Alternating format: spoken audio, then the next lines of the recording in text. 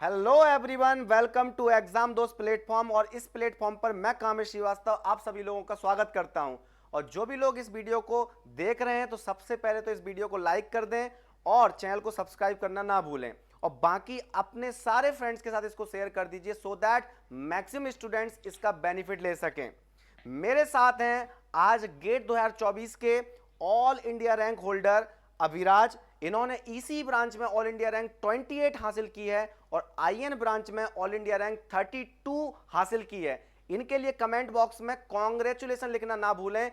Hertz इतने बना दो, दिल इतने बना दो, लाल इतना कर दो कि हाँ, कल के दिन जब आपकी रैंक भी आएगी 2025 या 2026 में, तो आपको भी वही सम्मान मिले, वही कॉन्ग्रेचुलेशन मिले जो आज अविराज को मिल रहा है AIR 28 हासिल करने के लिए। तो I welcome Aviraj on this exam Dost platform. और मैं चाहूंगा कि आप स्टूडेंट्स को गाइड करें और बताएं कि कैसे आपकी प्रिपरेशन जारी रही जिसके थ्रू आपने इतनी अच्छी रैंक हासिल की है। I welcome you Aviraj. Yes, sir. Thanks for having me, sir. Myself, Aviraj, and I've done my schooling from Kendriya Vidyalaya, SCCL Jamna Colliery. Then I did my graduation from SDS ITS Indore from Electronics and Telecommunication Engineering. I passed out in 2023. I gave my first attempt on GATE in 2022, third year, and I got 1.3K rank. And In फिर मैंने final year 2020, में in 2022 you were in the third year, and in yes the sir I third was in year third you year scored all India rank 1300, yes sir right? Okay, and then after that you will be in the fourth year in 2023. Yes तो sir 2023 में आपका क्या rank आया जब final year में थे आप? Sir final year में मेरी रैंक आई थी 403 ओके। 403 एसी एंड देन मैंने एक साल और अटेम्प्ट दिया 2024 में और इवेंचुअली मेरी रैंक 28 आई मतलब आपने ग्रेजुअली अगर आप देखें थर्ड ईयर में जब अविराज थे तो थर्ड ईयर के साथ भी एक अच्छी रैंक लेकर आए 1300, एंड देन फाइनल ईयर के साथ इनकी रैंक आई 403।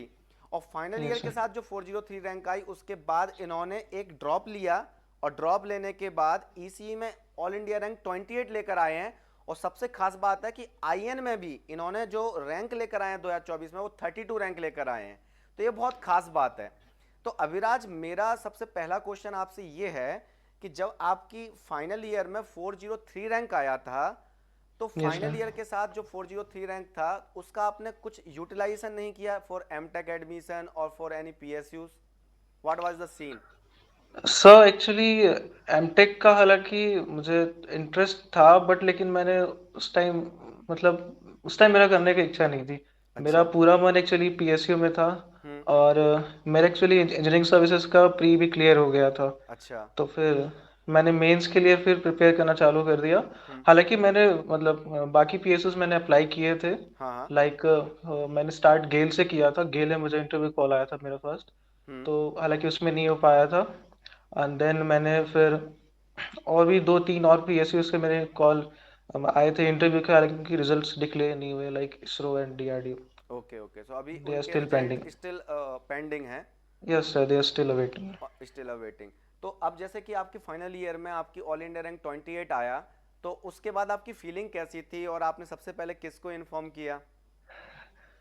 सर जब रैंक आया तब एक्चुअली जब शाम में रिजल्ट आया तो फिर मेरे फ्रेंड ने मुझे कॉल किया तो तो उसने मुझे बताया भाई मेरी रैंक कितनी है और उसके मार्क्स से मेरे 2 या 3 मार्क्स ज़्यादा थे तो मुझे लगा शायद इससे तो मेरा रैंक बेटर ही आएगा होगा हम्म। तो फिर तो उसमें लगा सबसे पहले मैंने घर वालों को बताया फिर दोस्तों को फिर आपको सबसे पहले बताया okay among teachers yes okay. तो आपका ये जो रैंक आया 28 from 1300 in the third year, तो इसके बारे यस में आप स्टूडेंट्स को क्या बताना चाहेंगे कि मतलब आपने ऐसी क्या क्या स्ट्रेटेजी फॉलो की कि सिक्वेंशियली देखें तो आपकी जो रैंक है वो इम्प्रूव होती चली गई 1300 to yes 403 in the EC and then yes sir 28। तो ऐसी क्या यस स्ट्रेटेजी सर थी, ऐसी क्या बूटी आप खाते थे कि जिसकी वजह से आपकी रैंक प्रोग्रेसिवली इम्प्रूव ही हुई है? सर जब मैंने थर्ड ईयर में अटेम्प्ट दिया था तब मेरे सिर्फ 4 सब्जेक्ट्स कंप्लीट थे ओके। जिसमें पहला इंजीनियरिंग मैथमेटिक्स था दूसरा नेटवर्क थ्योरी तीसरा ईडीसी और चौथा सिग्नल्स एंड सिस्टम्स ओके। तो मैंने जस्ट इन पे वेट, ही just just wait.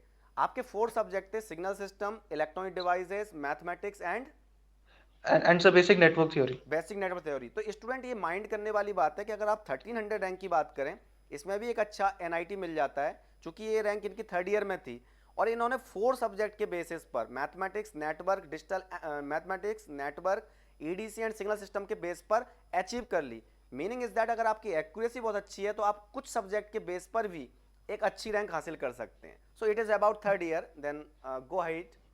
Yes sir. Sir then ऐसा हुआ, फिर मैंने फाइनल ईयर में अटेम्प्ट दिया। फाइनल ईयर में हालांकि जिस हिसाब से मैंने सोचा तो उस हिसाब से रैंक आई नहीं, because college project and all those things, तो उसमें डिस्ट्रैक्शन भी हुई। तो फिर फाइनल ईयर में जैसा लास्ट के 2-3 महीनों में होना चाहिए उस लेवल की पढ़ाई नहीं हो पाई। उस कारण प्रैक्टिस भी उस कारण नहीं हो पाई। इवेंचुअली बहुत सारे क्वेश्चंस मेरे छूट भी गए थे 2023 में फाइनल ईयर में। तो फिर उस कारण मार्क्स ही मेरे कम आ गए, और पेपर भी रिलेटिवली उस साल थोड़ा इजी था, ओके, पेपर भी उस समय रिलेटिवली इजी था, तो मतलब जैसे आप 22 के कंपैरिजन में। 22 के कंपेरिजन में। फिर 2024 में आप 28 लेकर आए, तो 2024 में आपने ऐसा क्या किया कंपैरेटिवली कि आपकी रैंक इतनी अच्छी हो गई? Yes sir. सर पहले तो मेरे वीकेस्ट सब्जेक्ट थे ईडीसी एंड ईएमटी। तो फिर ईडीसी तो खैर आपका मैं जब से स्टार्ट किया मैंने गेट प्रिपरेशन अपने थर्ड ईयर से, तब से मैं आपके लेक्चर्स और आपके क्वेश्चंस जो आप पोस्ट करते थे अपने टेलीग्राम ग्रुप पे, हाँ हाँ। उसको मैं मतलब जब तक नहीं बनते तब तक सॉल्व ही करता था। अच्छा। इवन अपने अपने दोस्तों से कई बार उसको डिस्कस भी करते थे अपन। हाँ। हालांकि इस आपके सारे ही क्वेश्चन सॉल्व करने का ट्राई किया, हम्म। और इवेंचुअली फिर ईएमएफटी में भी मैंने फिर अपनी क्वेश्चन सॉल्विंग स्किल्स थोड़ी डेवलप की। अ, थोड़ा फॉर्मूला अप्रोच जो था उसको मैंने थोड़ा छोड़ा। जो बेसिक्स अप्रोच है, हम्म। मतलब आपके अंदर जो एक स्किल्स होती है कि आप फ्रॉम द स्क्रैच से आप उसको सॉल्व कर सकते हो, तो वो स्किल्स मैंने फाइनल ईयर और डेवलप की थोड़ी, जो ओके। मेरे पास शायद थर्ड ईयर में नहीं थी। थर्ड ईयर में मतलब जो सब्जेक्ट आपके वीक रह गए थे, तो आपने उनको इम्प्रूव किया आगे यस सर, चल इन के, और फाइनल ईयर। प्रैक्टिस करके फाइनल ईयर में, और बाकी सब्जेक्ट को भी आपने फिनिश किया। तो यस सर। इसमें जैसे प्रैक्टिस करने के लिए आपने मतलब क्या फॉर्मूला अपनाया था? टेस्ट सीरीज के थ्रू आपने प्रैक्टिस किया, पीवाई क्यूज को प्रैक्टिस में लिया, या बुक्स वगैरह? कुछ सजेशंस आपके? यस सर, मैंने फाइनल ईयर में तो हालांकि मोस्टली मैंने बुक्स और जो प्रीवियस ईयर क्वेश्चंस हैं उन पे ही फोकस रखा मैंने अपना। हम्म। और उसमें भी ज़्यादातर जो टेक्स्ट बुक के जो एडिशनल अनसॉल्व प्रॉब्लम्स थे उन पे मैंने ज़्यादा फोकस करा। अच्छा। उसमें मुझे फ़ायदा ये हुआ कि मुझे वाइड लेवल ऑफ क्वेश्चंस मिलने लगे, ठीक। जो कि आप एक्सपेक्ट करते हो आप गेट जैसे एग्ज़ाम से। तो मुझे वाइड लेवल ऑफ क्वेश्चंस मिले, क्वेश्चन की वैरायटी अच्छी मिली मुझे। ठीक। अगर डिफरेंट यूजिंग बुक्स आपको अच्छे क्वेश्चंस मिले, और पीवाईक्यू तो खैर इंपॉर्टेंट है ही। अच्छा, पीवाई क्यू तो है। और टेस्ट सीरीज के लिए आपने टेस्ट सीरीज की कितनी प्रैक्टिस की?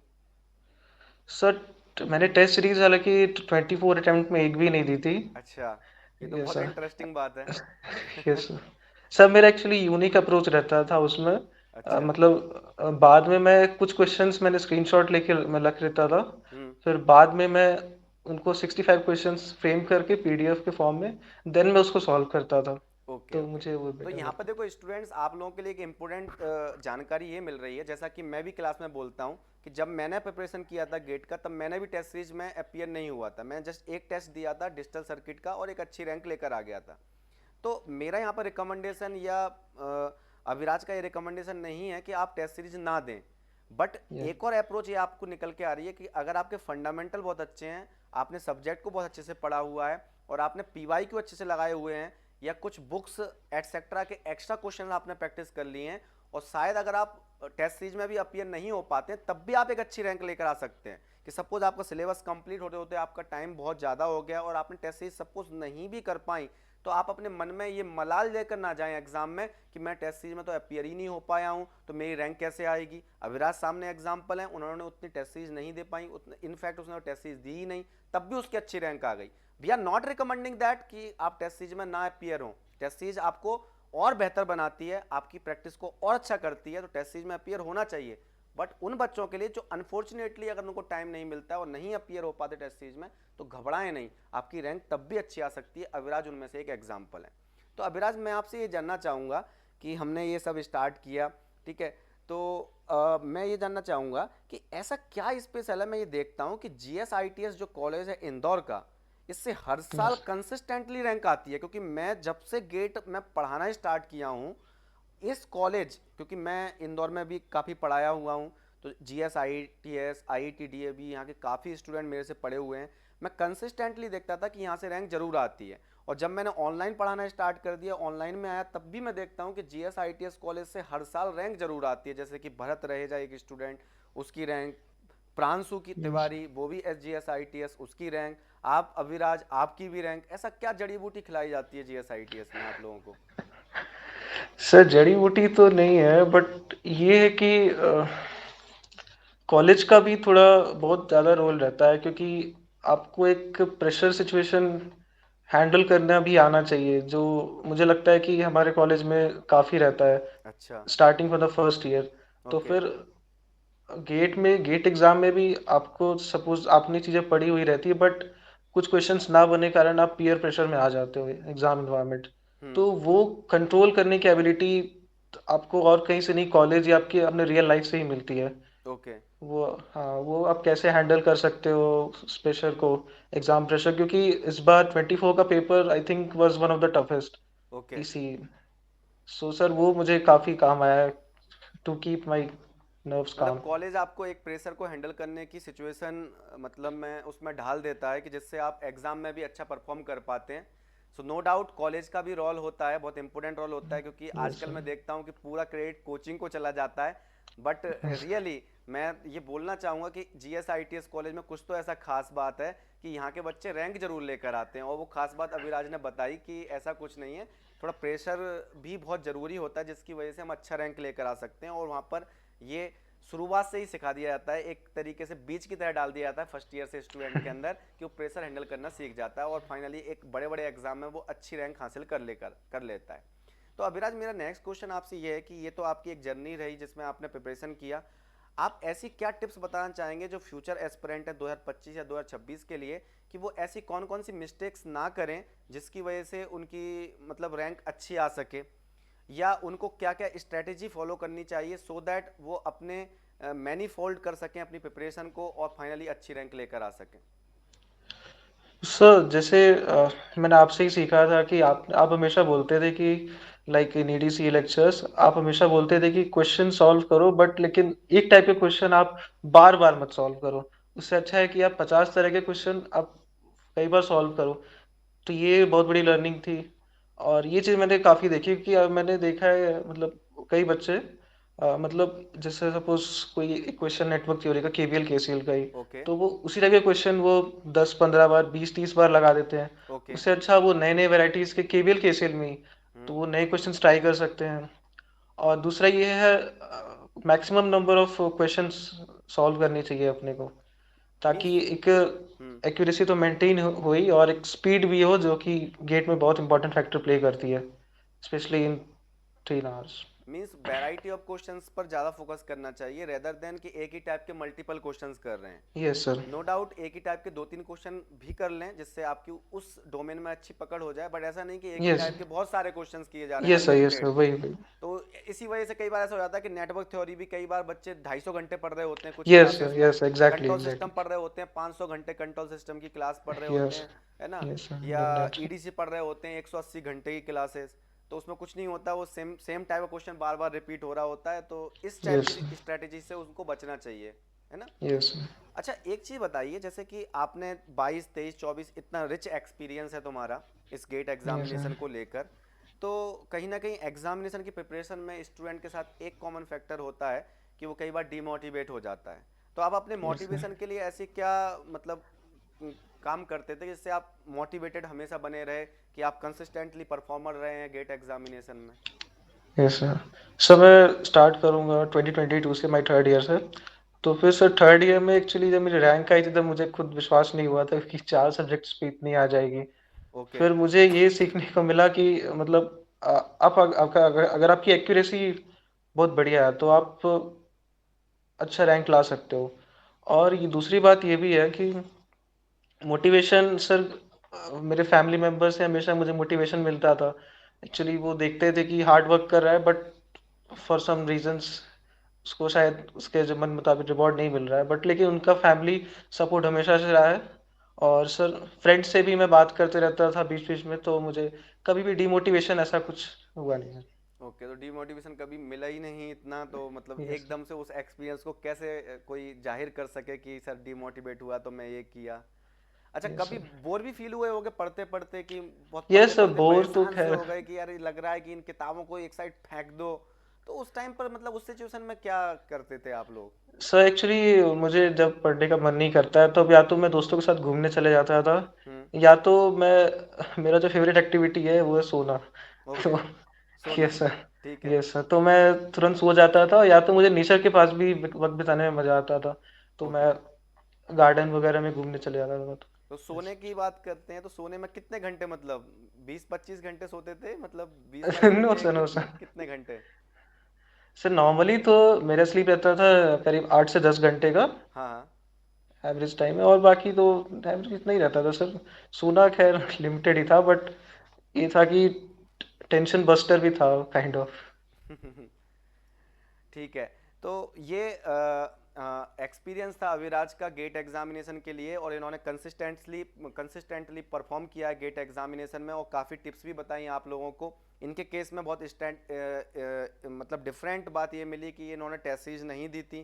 ठीक है, बाकी सारे स्टूडेंट्स में ये चीज़ को अलग थी कि वो सारे के सारे टेस्ट सीरीज बहुत ज़्यादा दिए हुए थे, तो इनकी टेस्ट सीरीज कम थे, लेकिन इन्होंने क्वेश्चन प्रैक्टिस किए थे, तो शायद क्वेश्चन की जो प्रैक्टिस ज़्यादा की थी इन्होंने, उसने टेस्ट सीरीज को कंपनसेट कर दिया।